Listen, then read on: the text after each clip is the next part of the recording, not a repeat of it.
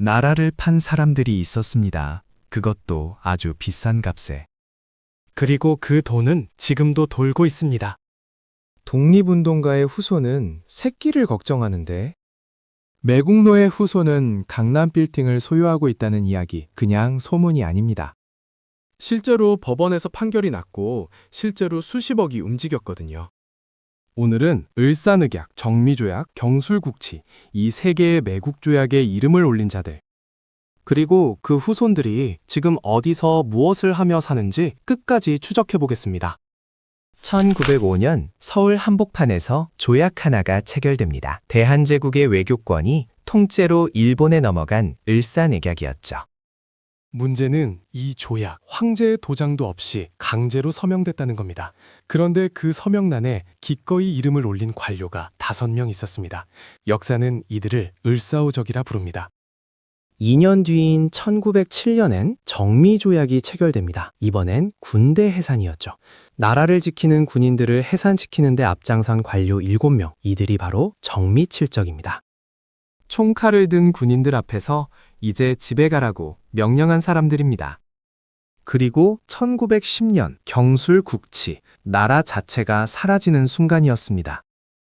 대한제국이라는 이름이 지도에서 지워지는데 서명한 8명, 경술국적입니다. 새 조약을 통틀어 서명의 이름을 올린 인물은 총 20명 안팎입니다. 그런데 이 중에는 세 개 조약 모두의 이름을 올린 말 그대로 매국 3관왕을 달성한 인물이 존재합니다. 라를 한 번 팔아도 모자란데 3번을 팔았다는 거죠. 이 사람들이 받은 건 일본이 내린 자귀와 현금 보상, 그리고 연금이었습니다. 나라를 넘긴 대가로 평생 먹고 살 돈을 받은 겁니다. 그 돈이 자식에게, 손자에게, 증손자에게 흘러들어갔습니다. 지금부터 그 돈이 어디로 흘러갔는지 한 명씩 따라가 보겠습니다. 매국노라는 단어를 들으면 가장 먼저 떠오르는 이름이 있죠. 이완용입니다. 을사오적, 정미칠적, 경술국적, 세 조약 모두의 이름을 올린 유일한 인물입니다. 나라를 파는 데 있어서만큼은 누구보다 성실했던 사람이었죠. 일본은 그 성실함에 보답했습니다. 자귀를 내렸고 토지를 줬습니다. 이완용이 매국의 대가로 받아 소유하게 된 토지 규모가 어느 정도였냐면 여의도 면적의 무려 7배에 달했습니다. 서울 한복판의 땅이 한 사람의 것이었던 겁니다. 그런데 1993년 충격적인 일이 벌어집니다. 이완용의 증손자가 국가를 상대로 소송을 제기합니다. 조상 땅을 돌려달라는 거였죠. 더 충격적인 건 이 소송에서 이겼다는 겁니다. 법원은 증손자의 손을 들어줬고 서울 부가연동 일대의 토지가 넘어갔습니다. 그 토지를 처분해 챙긴 돈이 당시 시세로 약 30억 원이었습니다. 나라를 팔아서 본 돈이 법의 이름으로 다시 후손에게 돌아간 겁니다. 이완용이 묻어둔 씨앗이 100년 뒤에 열매를 맺은 셈이죠. 이후 가족들의 행방과 나머지 자금의 흐름은 지금도 베일에 쌓여 있습니다. 여의도 7배 규모의 땅, 그 전체가 어떻게 처리됐는지 아무도 명확히 알지 못합니다. 서울 유지 어딘가에 지금도 그 흔적이 남아있다는 말이 끊이지 않는 이유입니다. 이완용이 대놓고 나라를 팔았다면 박재수는 좀 달랐습니다. 교활했거든요. 을사오적이자 경술국적 두 조약에 이름을 올린 이 인물은 뛰어난 문장력으로 일제의 입맛에 맞는 글을 써가며 살아남았습니다. 칼을 든 게 아니라 붓을 든 매국노였단 셈이죠. 그 붓질의 대가는 톡톡히 받았습니다. 경술국치 직후 박재수는 일본으로 건너갑니다. 그리고 현재 가치로 약 20억 원에 달하는 보상금과 함께 평생 연금을 수령하며 호화로운 생활을 이어갔죠. 나라가 사라진 그 해에 그는 오히려 인생 최고의 전성기를 누리고 있었던 겁니다. 부는 아들에게로 이어졌습니다. 박재순의 아들은 어린 시절부터 남부럽지 않은 환경에서 자랐고 성인이 된 후엔 은행의 대주주 자리까지 올랐습니다. 조상이 판 나라의 돈으로 금융권 실세가 된 거죠. 그런데 여기서 반전이 있습니다. 박재순의 손자는 조상과 전혀 다른 길을 선택합니다. 할아버지와 아버지의 부끄러운 행보를 공개적으로 비판하며 광복군에 자원 입대한 겁니다. 독립운동에 직접 뛰어든 거죠. 해방 후 그는 성악가이자 대학 교수로 살아갑니다. 같은 핏줄에서 매국노와 독립운동가가 함께 나온 겁니다. 역사는 때로 이렇게 한 가문 안에서도 극과 극으로 갈립니다. 어떤 길을 선택하느냐는 결국 그 사람의 몫이었던 거죠. 고영희라는 일은 생소하실 수 있습니다. 하지만 이 사람이 한 일은 절대 생소하지 않습니다. 정미칠적이자 경술국적, 대한제국의 살림과 토지를 일제에 넘기는 데 앞장선 인물입니다. 나라의 땅을 통째로 팔아넘긴 거죠. 그 대가는 역시나 돈이었습니다. 현재 가치로 약 20억 원의 보상금, 그리고 죽을 때까지 나오는 연금. 나라를 팔면 이 정도 챙길 수 있다는 걸 이 사람은 몸소 증명했습니다. 그의 아들 역시 자귀를 세습받으며 친일 관료의 길을 그대로 이어갔습니다. 부끄러움은 대물림 되지 않았고 재산만 대물림 됐죠. 그런데 이 집안에서 이례적인 일이 일어납니다. 2009년 고영희의 후손들이 가문대대로 내려오던 토지를 처분한 매각대금 4억 원을 스스로 국가에 반납한 겁니다. 누가 시킨 것도 아니고 소송에서 진 것도 아니었습니다. 자진 반납이었죠.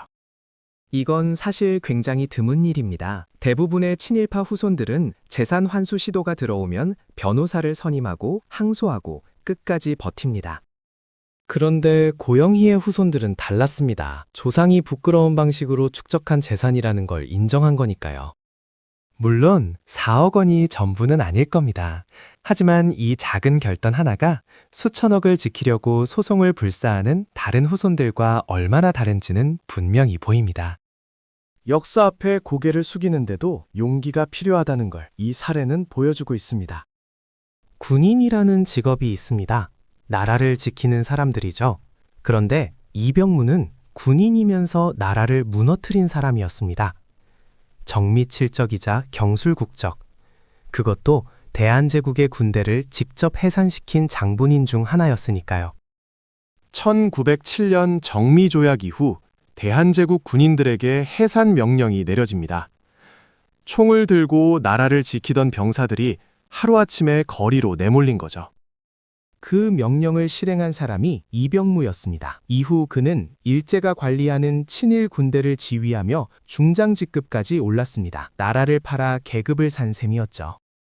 그렇게 쌓인 부와 권력은 가문을 타고 흘러내려갔습니다. 이병무의 증손자는 12대 국회의원을 지냈습니다. 여기서 끝이 아닙니다. 국무총리 비서실장까지 역임했죠. 정치권 핵심부의 자리를 잡은 겁니다. 그리고 현재 이병무의 후손은 대기업 부회장직을 맡고 있습니다. 언론에서는 환경 전략 전문가로 조명받으며 재계와 언론 양쪽에서 주목받는 인물로 살아가고 있죠. 여기서 한번 생각해 볼 필요가 있습니다. 국회의원, 총리 비서실장, 대기업 부회장. 이건 그냥 성공한 집안 이야기가 아닙니다. 조상이 나라를 팔아 쌓은 기반 위에서 후손들이 대한민국 권력의 중심부를 차지하며 살아가고 있다는 이야기입니다. 역사에 단죄 없이 아무 일도 없었다는 듯이 말이죠. 조중응이라는 인물이 있습니다. 정미칠적이자 경술국적. 이 사람은 단순히 조약에 서명한 것에서 그치지 않았습니다. 한국어 사용을 최소화하고 일본어 교육을 전국적으로 확대하자고 주장했던 사람이거든요. 나라를 팔고도 모자라 우리말과 글까지 지워버리려 했던 겁니다. 그의 친일은 생각보다 훨씬 철저했습니다. 일제 입장에서 조중응은 단순한 협력자가 아니었습니다. 스스로 앞장서서 동화 정책을 밀어붙인 이념적 친일파에 가까웠죠. 그 충성심의 대가로 그는 경기도 남양주 일대에 대규모 토지를 소유하게 됐고 그의 아들은 일본 제국 육군 장교로 복무하며 대를 이어 친일의 길을 걸었습니다. 시간이 흘러 2008년 국가가 조중응의 토지를 환수하려 하자 후손들이 들고 일어납니다. 개인 재산권 침해라며 정부를 상대로 항소한 거자. 조상이 어떻게 그 땅을 손에 넣었는지는 모른 척하면서 말입니다. 재판 결과는 국가의 승리였습니다. 법원은 토지 환수가 정당하다고 판결했고 땅은 결국 돌아왔습니다. 하지만 후손들이 보여준 태도는 사회적 공분을 샀습니다. 부끄러운 유산을 인정하기는커녕 끝까지 내 재산이라고 주장했으니까요. 우리말을 없애려 했던 사람의 후손이 대한민국 법정에서 한국어로 권리를 주장하는 장면. 역사의 아이러니라는 게 이런 겁니다. 을사오적 중에는 결말이 특이한 인물이 있습니다. 이지용입니다. 나라를 판 대가로 막대한 보상금을 받았고 자위도 받았습니다. 겉으로 보면 다른 매국노들과 다를 게 없었죠. 그런데 이 사람은 그 돈을 도박으로 전부 날려버립니다. 나라를 팔아본 돈치고는 허망한 최후였죠. 물론 그렇다고 이지용을 동정할 이유는 없습니다. 나라가 사라지는 순간 수많은 사람들이 전 재산을 잃고 거리로 내몰렸습니다. 독립운동에 뛰어든 사람들은 목숨까지 내놨죠. 그 와중에 이지용은 도박판에서 패를 쥐고 있었던 겁니다. 또 다른 을사오적은 좀 다른 방식으로 역사에 이름을 남겼습니다. 이 사람은 혼자 친일한 게 아니었거든요. 형제들과 아들들까지 가문 전체가 친일 행위에 가담했습니다. 뼛속까지 친일인 집안이었던 셈이죠. 일제강점기 내내 이 가문은 반민족 행위로 부를 축적하고 권력을 유지했습니다. 그리고 해방이 됩니다. 이근택 가문이 쌓아올린 것들이 청산됐을까요? 그렇지 않았습니다. 이근택의 증손자 중 한 명은 국립대학교 총장 자리에 올랐습니다. 대한민국의 교육을 이끄는 자리에 매국노의 후손이 앉은 겁니다. 재산이 남아있든 없든 사회적 연결망과 교육 기회는 대물림됩니다. 이지용처럼 돈을 날려도 근근택처럼 가문 전체가 친일을 해도 그 후손들은 어떻게든 사회 주류로 올라서는 길을 찾아냈습니다. 가난한 독립운동가의 후손들이 생계를 걱정하는 동안 이 집안의 후손들은 대학 총장실에 앉아 있었습니다. 이게 청산되지 못한 역사의 민낯입니다. 을사오적 중 권중현이라는 인물이 있습니다. 이 사람은 다른 매국노들과 조금 결이 달랐습니다. 3.1운동이 일어나던 1919년 전국에서 독립을 외치는 함성이 터져나오자 권중현은 뒤늦게 죄책감을 느꼈던 것으로 보입니다. 일제로부터 받은 자귀를 스스로 반납하려 했거든요. 하지만 일제는 거절했습니다. 이미 받은 자귀는 돌려받지 않는다는 거였죠. 뒤늦은 반성조차 허락되지 않았던 겁니다. 그의 손자는 고미술 관련 협회에서 활동하며 비교적 조용한 삶을 살았습니다. 화려하게 권력을 세습한 다른 가문들과는 달랐죠. 반면 정미칠적의 송병주는 차원이 달랐습니다. 역사학자들이 매국노 중에서도 가장 악질로 꼽는 인물이거든요. 이 사람은 친일 정교단체를 직접 만들어 운영하면서 공금을 횡령했습니다. 나라를 팔고 종교까지 이용해 돈을 긁어모은 겁니다. 탐욕의 끝이 어디인지를 몸소 보여준 인물이었죠. 송병준의 후손들은 어떻게 됐을까요? 그의 손자들은 현대 스포츠 관련 기업의 전신이 되는 회사 경영진으로 활동하며 부를 이어갔습니다. 그리고 송병준의 증손자는 조상을 애국자로 미화하며 국가를 상대로 소송을 제기합니다. 요구한 땅의 가치가 무려 3천억 원이었습니다. 매국의 대가로 받은 재산을 후손이 나라에 당당히 돌려달라고 요구한 겁니다. 뒤늦게 반성하려 했던 권중현과 조상을 영웅으로 둔갑시키려는 송병준의 후손, 같은 매국노의 후예라도 이렇게 다른 선택을 할 수 있다는 걸 역사는 냉정하게 기록하고 있습니다. 경복궁 서쪽, 지금의 옥인동 일대를 아시나요? 서울 한복판, 궁궐 바로 옆 동네입니다. 그런데 일제강점기 당시 이 동네 전체가 단 한 사람의 소유였습니다. 경술국적 윤덕영의 집이었거든요. 동네 하나가 개인 저택이었던 겁니다. 윤덕영은 이완용보다 재산이 더 많았다는 말이 있을 정도로 어마어마한 부를 긁어모은 인물입니다. 국권 피탈에 앞장선 대가로 일제로부터 받은 자귀와 보상금, 그리고 조선 곳곳의 토지가 이 사람의 손으로 흘러들어갔죠. 궁궐 옆 동네를 통째로 소유할 수 있었던 건 그냥 된 일이 아니었습니다. 또 다른 경술국적 민병석의 이야기는 재산보다 더 서늘한 방식으로 이어집니다. 그의 후손들은 해방 이후 법조계를 장악했습니다. 민병석의 장남 한 명이 검찰총장, 법무부 장관, 대법원장을 모두 역임했거든요. 대한민국 사법 권력의 꼭대기를 한 집안이 순서대로 밟고 올라간 겁니다. 다른 후손들도 판사와 기업인으로 성공하며 사회 각 분야에 뿌리를 내렸습니다. 충청도 일대에는 약 10억 원 상당의 토지가 가문 명의로 남아 있었고요. 매국의 역사가 법의 역사로 세탁된 겁니다. 나라를 무너뜨린 자의 후손이 그 나라의 법을 다스리는 자리에 앉았습니다. 누군가는 이걸 개인의 능력이라 말할 수도 있겠죠. 하지만 그 출발선이 어디였는지는 우리 모두 알고 있습니다. 2005년 정부가 드디어 움직입니다. 친일 반민족 행위 진상규명위원회가 출범하면서 수백 명의 친일파 명단이 공개됐고 그들이 축적한 재산을 환수하겠다는 작업이 본격적으로 시작됐죠. 해방된 지 60년이 지나서야 시작된 뒤늦은 청산이었습니다.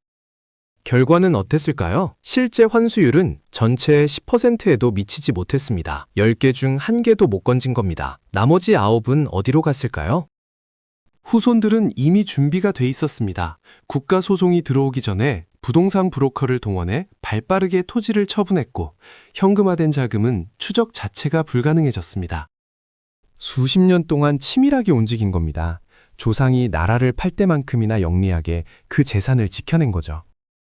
서울 요지의 땅 상당 부분이 지금도 친일파 후손 소유라는 말이 파다합니다. 강남, 종로, 마포.